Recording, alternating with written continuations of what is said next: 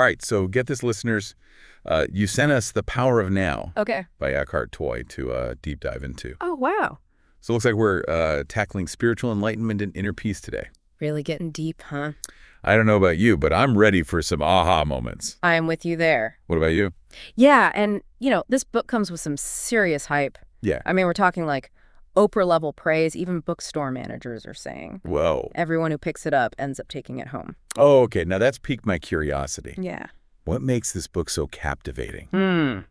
Let's unpack Tolle's core ideas, see why they resonate so deeply, and most importantly, figure out what you, our listener, can actually apply in your own life. Exactly. Ready to dive in? Absolutely. Let's start with Eckhart Tolle himself. Yep. His journey is pretty wild, going from intense suffering to, as he describes it, profound peace. Wow. Now, it's not a follow these steps type of story. Right. It's not a recipe for enlightenment. Yeah. What's the takeaway for us? It's a powerful testament to the possibility of transformation. Okay. We all have that potential within us, even if our starting point feels worlds away from bliss. So Tully's saying, look, if I can shift from despair to profound peace, there's hope for everyone. That's a good way to put it. I like that. Okay, let's get into the meat of it. Yeah.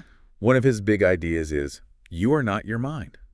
I have to admit that one made me pause. It's a real mind bender. It is. Tolle argues that we mistake our fleeting thoughts and emotions for our true selves, and that he says is the source of a lot of our suffering. We're constantly chasing external things for happiness, ignoring the treasure within. He uses this analogy of a beggar sitting on a treasure chest. So relatable. Yes. We're all searching for fulfillment, but it's like we're blind to the riches already inside us. Okay, so how do we tap into that inner treasure? Yeah, that's the question. Tolle talks about watching the thinker. I've dabbled in mindfulness, and that sounds similar. It's definitely connected. Watching the thinker means observing your thoughts without judgment. You're not getting swept away by the mental chatter, but simply noticing it. Okay. Think of it as stepping back from the hurricane of your thoughts and just observing it. Oh, wow. From a safe distance. Instead of saying, I'm so stressed, you'd notice, there's a thought about being stressed. Precisely. But does this actually help? Or is it just mental gymnastics? This shift is powerful, trust me. Okay. It can help you break free from those negative thought loops that fuel anxiety and self-criticism. Let's say you're stuck in traffic instead of getting caught in the frustration. Yeah. You observe, there's a thought about being late. This creates a space between you and the emotion, allowing you to respond more calmly. So watching the thinker helps us escape the emotional roller coaster. Exactly. I can see how that would be a game changer. Okay. Tolle's most famous concept has to be the power of now. Yes. It's about embracing the present moment. Right? Precisely. The mind's default is to escape the now. We dwell on the past, fret about the future. Right. But Tolle says true liberation lies in fully inhabiting this present moment. But isn't that easier said than done? Yeah. Our lives are so busy and our minds are constantly racing. Absolutely. It takes practice. Yeah. Tolle offers some really practical exercises. One is simply focusing on your breath. Okay. By bringing your awareness to each inhale and exhale, you're gently anchoring yourself in the zoo. He also talks about engaging the senses. Yeah. Instead of mindlessly going through the motions, really pay attention to the taste of your coffee. Right. The feel of the sun on your skin. It's about waking up to the richness of this moment instead of sleepwalking through life. Okay. And the potential benefits. Yeah. Increased peace, reduced stress, and a deeper sense of connection to life that's the power of. Now, this next concept is a bit heavier. Tolle introduces this idea of the pain body. Basically, accumulated emotional pain from the past that can resurface and wreak havoc in the present. It's like a shadow self we carry, filled with unresolved emotional energy. Oh, wow. That can be triggered by situations or people. Right. We react in ways that are out of alignment with who we truly are. Think about those times. You've snapped at someone unfairly. Yeah. That's the pain body speaking, not your true self. Okay. I'm starting to see how this plays out in real life. So what's the solution? How do we deal with this pain body? First, awareness. Without it, we're at the mercy of those unconscious impulses. Right. Tolle suggests observing it without judgment, allowing the energy to dissipate naturally. So it's not about suppressing or denying the pain, but more about acknowledging it without letting it control us. Exactly. By bringing presence to the pain, we allow it to transform. It's like holding space for a crying child. Okay. You don't scold them for crying. You comfort them. Right. You acknowledge their pain and allow them to express it. Okay, that makes sense. We're bringing compassion to the pain body instead of fighting it. But how does all of this relate to relationships? Ooh, good question. Well, relationships can be a real proving ground for these concepts. Okay, Tolle argues that until we've done some of this inner work addressing the ego and the pain body, our relationships will always have a degree of dysfunction. So it's not about finding the perfect partner. Yeah. More about becoming the right kind of partner ourselves. Yes, it's about cultivating the qualities of presence, acceptance, and compassion within ourselves. Yeah. That's the foundation for a truly conscious, loving relationship. Okay, but what happens when you're with someone who hasn't done this work? Someone who's still Yeah. very much ruled by their ego or pain body. Right.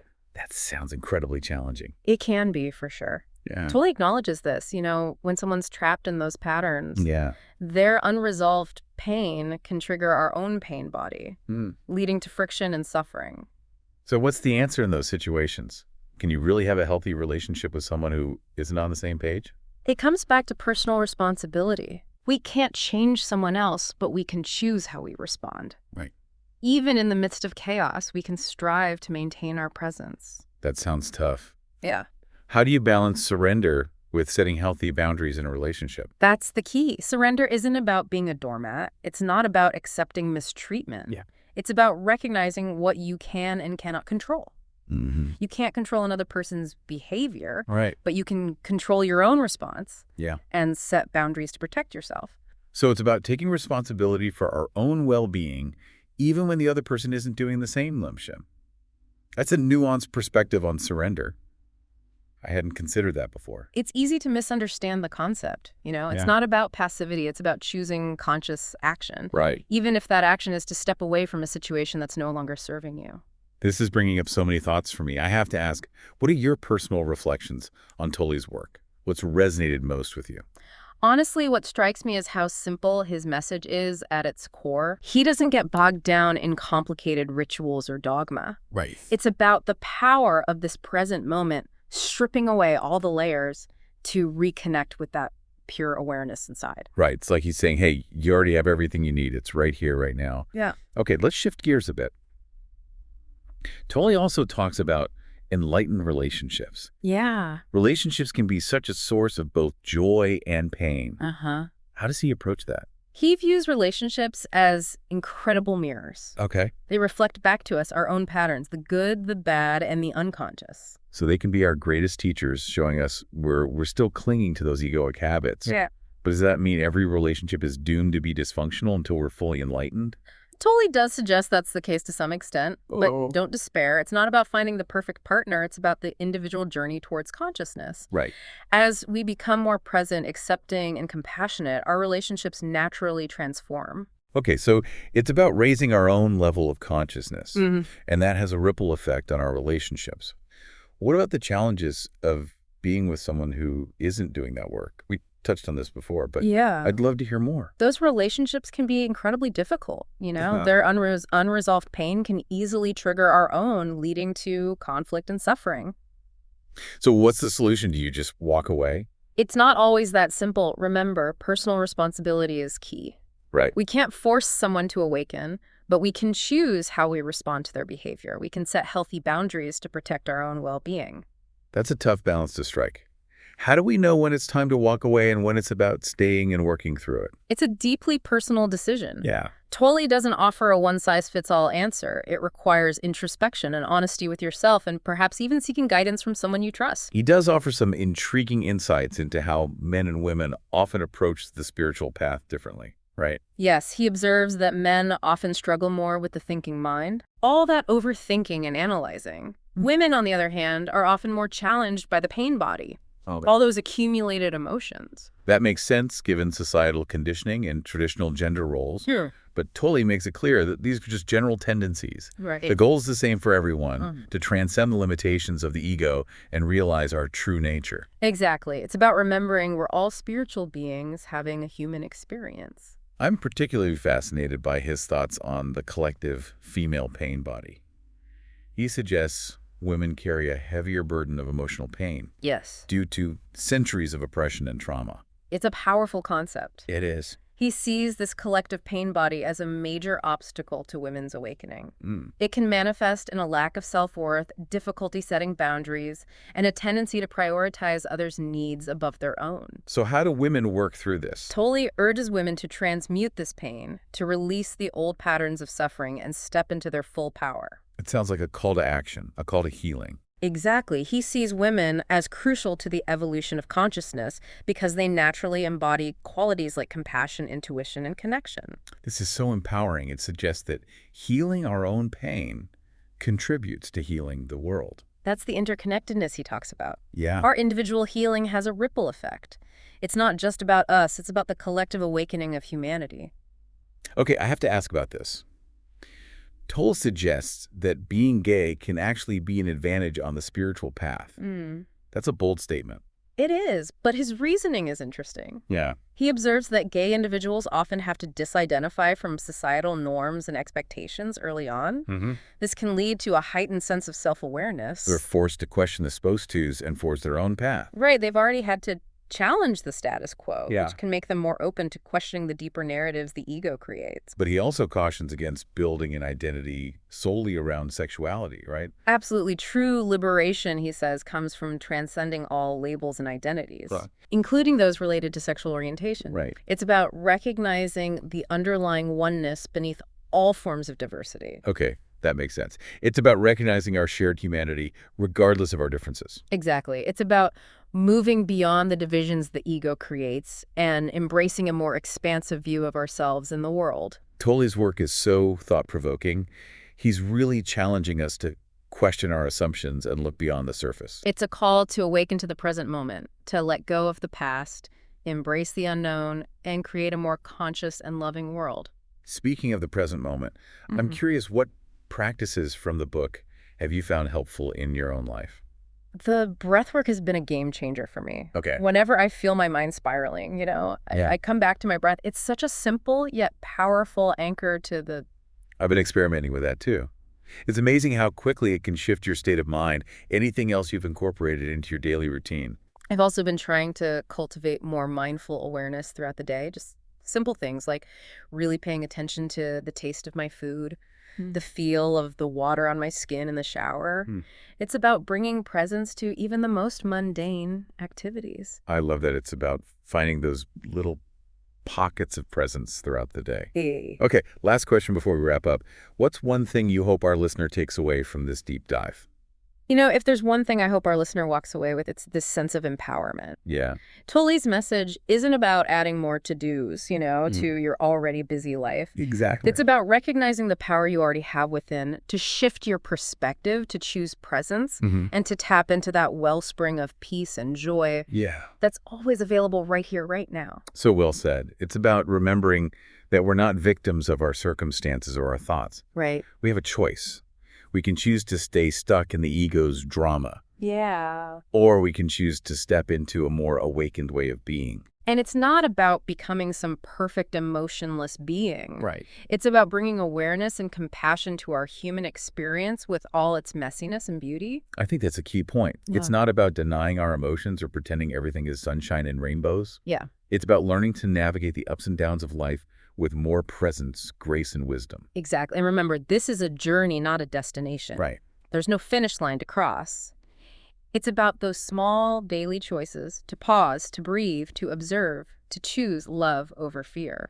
It's about embracing the process of becoming okay. Before we wrap up, I have to ask about one more concept that really intrigued me. Tolle talks about the idea of dying before you die.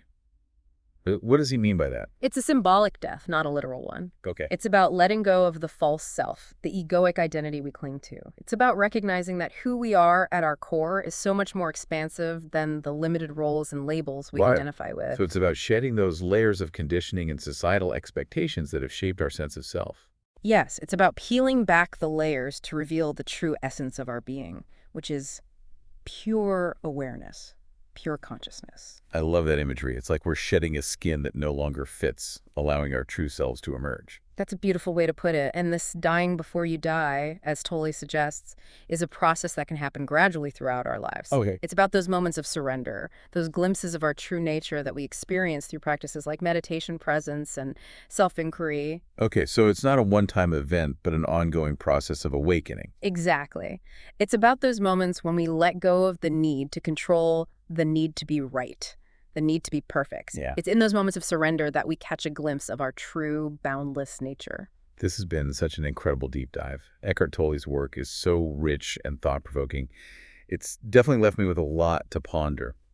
What about you? What stands out to you as we wrap up this exploration? What resonates most deeply with me is the reminder that true power lies not in forcing things to be a certain way, but in aligning ourselves with the flow of life. Yeah. It's about surrendering to what is, while also taking inspired action from a place of presence and awareness. I couldn't agree more, and I think that's a perfect note to end on to our listener. We hope this deep dive into the power of now has sparked some new insights and perhaps even inspired you to explore some of these practices in your own life. Remember, the present moment is always available to you. It's in the stillness of your breath, the warmth of the sun on your skin, the sound of laughter, the taste of your morning coffee. Yeah. It's in the ordinary moments that we often overlook. And if you're willing to pause to listen, to observe, you might just discover a whole new world of peace, joy, and possibility waiting to be explored right here, right now. Right here, right now. Thanks for joining us on this deep dive.